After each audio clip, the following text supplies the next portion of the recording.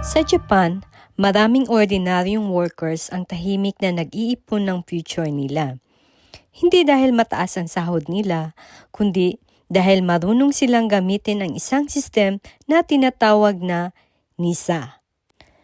Habang maraming foreigners ang puro overtime lang, may ibang unti-unting nagpapalago ng pera nila kahit maliit lang ang monthly investment.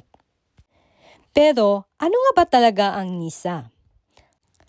At bakit ito importante lalo na sa mga foreigners dito sa Japan? Ang NISA ay isang investment system sa Japan kung saan pwedeng lumago ang pera mo ng tax-free. Normally kasi, kapag kumita ka sa stocks or investment dito sa Japan, may tax. Pero sa NISA, halos walang tax sa gains mo. Kaya maraming Japanese ang ginagamit ito para sa retirement at future savings. Parang alkansya, pero investment. Long term, hindi get rich quick.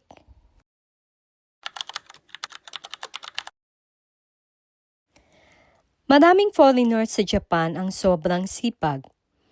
Pero minsan hanggang trabaho lang ang cycle.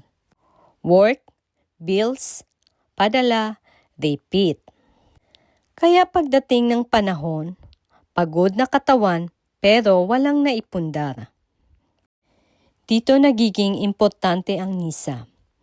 Kahit 3,000 yen, 5,000 yen, o 10,000 yen monthly, pwedeng magsimula.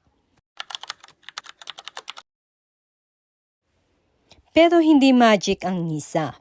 Hindi ito instant yaman. Minsan, bababa ang market. Minsan, matatakot ka. Pero ang totoong goal nito ay consistency. Ang mga ordinaryong tao sa Japan, hindi sila yumaman overnight. Unti-unti nila itong binuo over many years. Halimbawa, kung maghulog ka ng 10,000 yen o isang lapad every month sa loob ng maraming taon, posible itong lumaki dahil sa compound growth.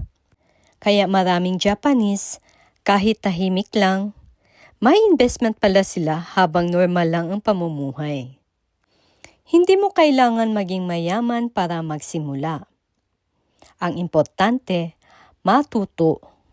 Sa panahon ngayon, mahirap na puro trabaho lang.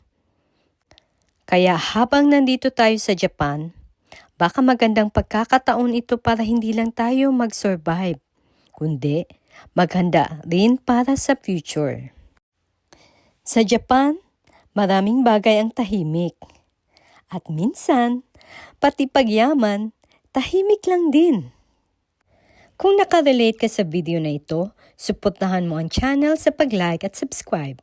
Marami pa tayong pag-uusapan tungkol sa buhay, trabaho at future dito sa Japan. Salamat at magkita tayo ulit.